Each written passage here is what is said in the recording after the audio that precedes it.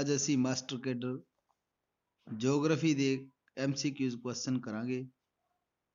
ਪਹਿਲਾ ਕੁਐਸਚਨ ਆਪਣਾ, ਭਾਰਤ ਦੀ ਸਭ ਤੋਂ ਪੁਰਾਣਾ ਲੋਹ ਇਸਪਾਤ ਕੇਂਦਰ ਦੀ ਸਥਾਪਨਾ ਕਦੋਂ ਕੀਤੀ ਗਈ? ਪਹਿਲਾ ਆਪਸ਼ਨ ਹੈ 1912 ਵਿੱਚ, ਦੂਸਰਾ ਆਪਸ਼ਨ ਹੈ 1870 ਵਿੱਚ, ਤੀਸਰਾ ਆਪਸ਼ਨ ਹੈ 1907 ਵਿੱਚ, ਚੌਥਾ ਆਪਸ਼ਨ ਹੈ 1943 ਵਿੱਚ। ਇਹਦਾ ਕਰੈਕਟ ਆਨਸਰ ਹੈਗਾ 1907 ਵਿੱਚ। ਇਸ ਨੂੰ ਇੰਗਲਿਸ਼ ਵਿੱਚ ਟਿਸਕੋ ਕਿਹਾ ਜਾਂਦਾ ਹੈ, TISCO, ਟਿਸਕੋ। ਟਿਸਕੋ ਦਾ ਮਤਲਬ ਹੈ Tata iron and steel company. 1907 ਈਸਵੀ ਵਿੱਚ ਜਮਸ਼ੇਦਜੀ ਟਾਟਾ ਨੇ ਇਸ ਦੀ ਸਥਾਪਨਾ ਕੀਤੀ ਸੀ। ਅਗਲਾ ਕੁਐਸਚਨ ਕਰਾਂਗੇ, ਡਿਗੋ ਗਾਰਸੀਆ ਨਾਮਕ ਦੀਪ ਕਿਹੜੇ ਮਹਾਸਾਗਰ ਵਿੱਚ ਸਥਿਤ ਹੈ? ਪਹਿਲਾ ਆਪਸ਼ਨ ਹੈ ਪ੍ਰਸ਼ਾਂਤ ਮਹਾਸਾਗਰ, ਦੂਸਰਾ ਆਪਸ਼ਨ ਹੈ ਹਿੰਦ ਮਹਾਸਾਗਰ, ਤੀਸਰਾ ਆਪਸ਼ਨ ਹੈ ਅੰਦਮਾਨ ਸਾਗਰ, ਚੌਥਾ ਆਪਸ਼ਨ ਹੈ ਕੋਈ ਨਹੀਂ। ਇਹਦਾ ਕਰੈਕਟ ਆਨਸਰ ਹੈਗਾ ਹਿੰਦ ਮਹਾਸਾਗਰ।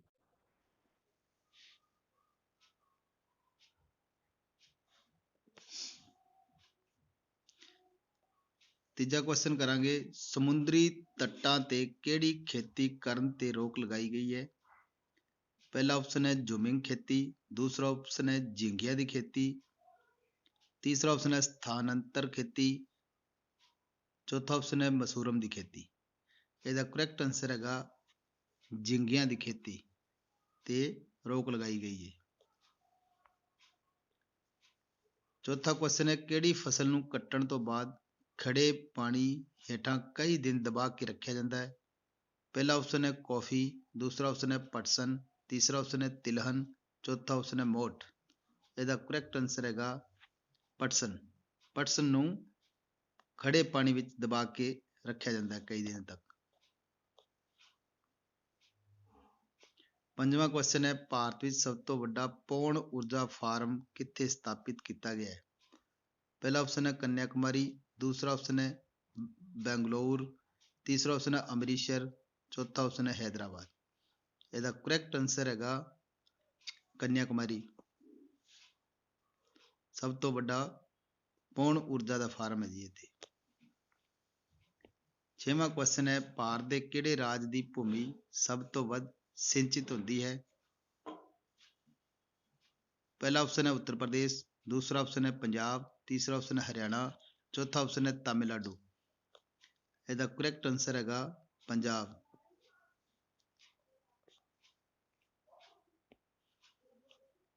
ਸੱਤਵਾਂ ਕੁਐਸਚਨ ਹੈ, ਮੈਲਕੋ, ਨੈਲਕੋ, ਬੈਲਕੋ ਅਤੇ ਹਿੰਦਲਕੋ ਦਾ ਸੰਬੰਧ ਕਿਹੜੇ ਉਦਯੋਗਾਂ ਨਾਲ ਹੈ? ਪਹਿਲਾ ਆਪਸ਼ਨ ਹੈ ਕੱਪੜੇ ਦੇ ਨਾਲ ਉਦਯੋਗ, ਦੂਸਰਾ ਆਪਸ਼ਨ ਹੈ ਪਟਸਨ ਉਦਯੋਗ, ਤੀਸਰਾ ਆਪਸ਼ਨ ਹੈ ਅਲਮੂਨੀਅਮ ਉਦਯੋਗ, ਚੌਥਾ ਆਪਸ਼ਨ ਹੈ ਰੇਸ਼ਮ ਉਦਯੋਗ। ਇਹਦਾ ਕਰੈਕਟ ਆਨਸਰ ਹੈਗਾ ਐਲੂਮੀਨੀਅਮ ਉਦਯੋਗ ਦੇ ਨਾਲ ਇਹ ਰਿਲੇਟਿਡ ਹੈ। ਅੱਠਵਾਂ ਕੁਐਸਚਨ ਹੈ, ਝੀਲਾਂ, ਮਹਾਸਾਗਰਾਂ, ਘਾਟੀਆਂ, ਮਹਾਂਦੀਪਾਂ ਤੇ ਨਦੀਆਂ ਦਾ ਸੰਬੰਧ ਧਰਤੀ ਦੀ ਕਿਹੜੀ ਪਰਤ ਨਾਲ ਹੈ? ਪਹਿਲਾ ਆਪਸ਼ਨ ਹੈ ਸਿਆਲ ਨਾਲ, ਦੂਸਰਾ ਆਪਸ਼ਨ ਹੈ ਸੀਮਾ ਨਾਲ, ਤੀਸਰਾ ਆਪਸ਼ਨ ਹੈ ਨਾਈਫ ਨਾਲ, ਚੌਥਾ ਆਪਸ਼ਨ ਹੈ ਕੋਈ ਨਹੀਂ। ਇਹਦਾ ਕਰੈਕਟ ਆਨਸਰ ਹੈ ਸਿਆਲ ਦੇ ਨਾਲ ਇਹਦਾ ਸੰਬੰਧ ਹੈ ਜੀ।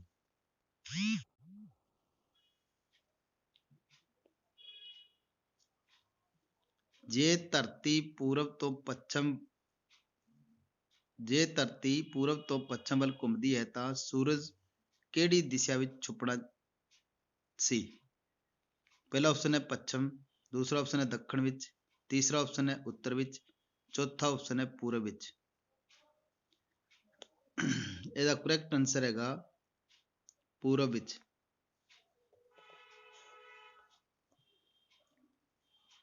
ਦਸਵਾਂ ਕੁਐਸਚਨ ਹੈ, ਕ੍ਰਿਸ਼ਨਾ ਤੇ ਗੋਦਾਵਰੀ ਨਦੀਆਂ ਦੇ ਵਿਚਕਾਰ ਕਿਹੜੀ ਝੀਲ ਹੈ?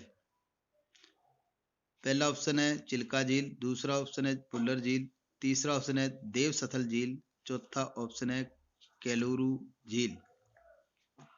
ਇਹਦਾ ਕਰੈਕਟ ਆਨਸਰ ਹੈ ਕੇਲੂਰੂ ਝੀਲ। 11ਵਾਂ ਕੁਐਸਚਨ ਹੈ, ਤਰਾਈ, ਬਾਂਗਰ ਤੇ ਖਾਦਰ ਕਿਹੜੀ ਮਿੱਟੀ ਦੇ ਪ੍ਰਕਾਰ ਹਨ? ਲਾਲ ਮਿੱਟੀ, दूसरा ऑप्शन है डेल्टाई मिट्टी, तीसरा ऑप्शन है जलोढ़ मिट्टी, चौथा ऑप्शन है लेटराइट मिट्टी। ਇਹਦਾ ਕਰੈਕਟ ਆਨਸਰ ਹੈਗਾ ਜਲੋੜ ਮਿੱਟੀ ਦੇ ਨਾਲ।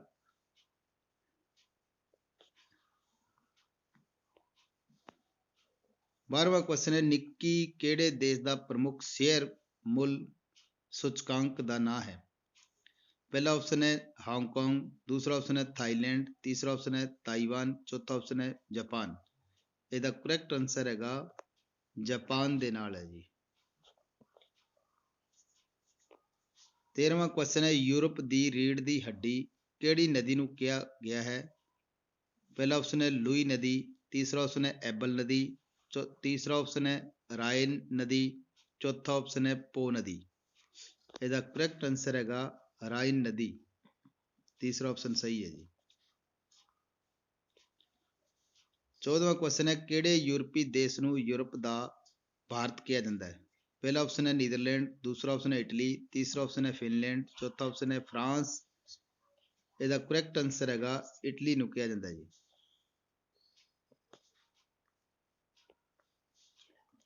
15ਵਾਂ ਕੁਐਸਚਨ ਹੈ ਟੈਰੇਸਾ, ਕੁਚਾਲ, ਨੌਨ ਕਰੋੜੀ ਤੇ ਕਮੋਰਟਾ ਦੀਪ ਕਿੱਥੇ ਸਥਿਤ ਹੈ ਜੀ? ਪਹਿਲਾ ਆਪਸ਼ਨ ਹੈ ਅਰਬ ਸਾਗਰ, ਦੂਸਰਾ ਆਪਸ਼ਨ ਹੈ ਦੱਖਣੀ ਨਿਕੋਬਾਰ, ਤੀਸਰਾ ਆਪਸ਼ਨ ਹੈ ਪ੍ਰਸ਼ਾਂਤ ਮਹਾਸਾਗਰ, ਤੀਸਰਾ ਆਪਸ਼ਨ ਹੈ ਅੰਦਮਾਨ ਸਾਗਰ। ਇਹ ਹੈਗਾ ਦੱਖਣੀ ਨਿਕੋਬਾਰ ਦੇ ਵਿੱਚ ਸਥਿਤ ਹੈ ਜੀ।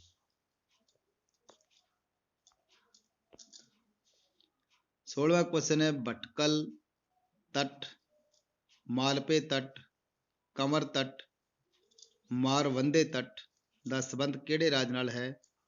ਪਹਿਲਾ ਆਪਸ਼ਨ ਹੈ ਕਰਨਾਟਕ ਨਾਲ, ਦੂਸਰਾ ਆਪਸ਼ਨ ਹੈ ਉੜੀਸਾ ਨਾਲ, ਤੀਸਰਾ ਆਪਸ਼ਨ ਹੈ ਮਹਾਰਾਸ਼ਟਰ ਨਾਲ, ਚੌਥਾ ਆਪਸ਼ਨ ਹੈ ਤਾਮਿਲਨਾਡੂ ਨਾਲ। ਇਹਦਾ ਕਰੈਕਟ ਆਨਸਰ ਹੈ ਕਰਨਾਟਕ ਦੇ ਨਾਲ ਹੈ।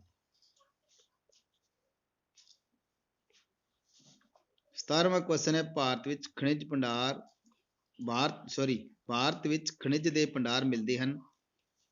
ਪਹਿਲਾ ਆਪਸ਼ਨ ਹੈ ਛੋਟਾ ਨਾਗਪੁਰ ਪਠਾਰ, ਦੂਸਰਾ ਆਪਸ਼ਨ ਹੈ ਦੱਖਣ ਭਾਰਤ, ਤੀਸਰਾ ਆਪਸ਼ਨ ਹੈ ਮਾਲਵਾ ਪਠਾਰ, ਚੌਥਾ ਆਪਸ਼ਨ ਹੈ ਕੋਈਨਈ। ਇਹਦਾ ਕਰੈਕਟ ਆਨਸਰ ਹੈਗਾ ਛੋਟਾ ਨਾਗਪੁਰ ਦੇ ਵਿੱਚ ਖਣਿਜ ਦੇ ਭੰਡਾਰ ਮਿਲਦੇ ਹਨ। 18ਵਾਂ ਕੁਐਸਚਨ ਹੈ ਭਾਰਤ ਦੀ ਇੱਕੋ ਇੱਕ ਬੰਦਰਗਾਹ ਜੋ ਨਦੀ ਤੇ ਸਥਿਤ ਹੈ। ਪਹਿਲਾ ਆਪਸ਼ਨ ਹੈ ਵਿਸ਼ਾਖਾਪਟਨਮ, ਦੂਸਰਾ ਆਪਸ਼ਨ ਹੈ ਪਾਰਾਦੀਪ, ਤੀਸਰਾ ਆਪਸ਼ਨ ਹੈ ਕੋਲਕਾਤਾ, ਚੌਥਾ ਆਪਸ਼ਨ ਹੈ ਤੁਤੀਕੋਰਮ। ਇਹਦਾ ਕਰੈਕਟ ਆਨਸਰ ਹੈਗਾ ਕੋਲਕਾਤਾ, ਯਾਨੀ ਕਿ ਹਲਦੀਆ। ਇਹ ਹਲਦੀਆ ਹੈ, ਕੋਲਕਾਤਾ ਵਿੱਚ ਹਲਦੀਆ ਜੀ, ਹਲਦੀਆ ਬੰਦਰਗਾਹ। 19ਵਾਂ ਕੁਐਸਚਨ ਹੈ ਟਰੱਕ ਫਾਰਮਿੰਗ ਤੋਂ ਕੀ ਭਾਵ ਹੈ? ਪਹਿਲਾ ਆਪਸ਼ਨ ਹੈ ਰੇਸ਼ਮ ਦੀ ਖੇਤੀ, ਦੂਸਰਾ ਆਪਸ਼ਨ ਹੈ ਅੰਗੂਰ ਦੀ ਖੇਤੀ, ਤੀਸਰਾ ਆਪਸ਼ਨ ਹੈ ਬਾਗਵਾਨ ਦੀ ਖੇਤੀ, ਚੌਥਾ ਆਪਸ਼ਨ ਹੈ ਪਸ਼ੂ ਪਾਲਣ ਦੀ ਖੇਤੀ। ਇਹ ਹੈ ਜੀ ਬਾਗਵਾਨ ਦੀ ਖੇਤੀ ਨਾਲ ਸੰਬੰਧਿਤ ਹੈ। ਲਾਸਟ ਕੁਐਸਚਨ 20ਵਾਂ ਕੁਐਸਚਨ ਆਪਣਾ ਭਾਰਤ ਦੀ ਤੱਟ ਰੇਖਾ ਦੀ ਲੰਬਾਈ ਕਿੰਨੀ ਹੈ? ਪਹਿਲਾ ਆਪਸ਼ਨ ਹੈ 6100 ਕਿਲੋਮੀਟਰ, ਦੂਸਰਾ ਆਪਸ਼ਨ ਹੈ 6200 ਕਿਲੋਮੀਟਰ, ਤੀਸਰਾ ਆਪਸ਼ਨ ਹੈ 6175 ਕਿਲੋਮੀਟਰ, ਚੌਥਾ ਆਪਸ਼ਨ ਹੈ 6500 ਕਿਲੋਮੀਟਰ। ਇਹਦਾ ਕਰੈਕਟ ਆਨਸਰ ਹੈਗਾ 6100 ਕਿਲੋਮੀਟਰ। ਮੇਰਾ ਲੈਕਚਰ ਵਧੀਆ ਲੱਗੇ ਤਾਂ ਵੱਧ ਤੋਂ ਵੱਧ ਸ਼ੇਅਰ ਕਰਿਆ ਜੀ। Thank you.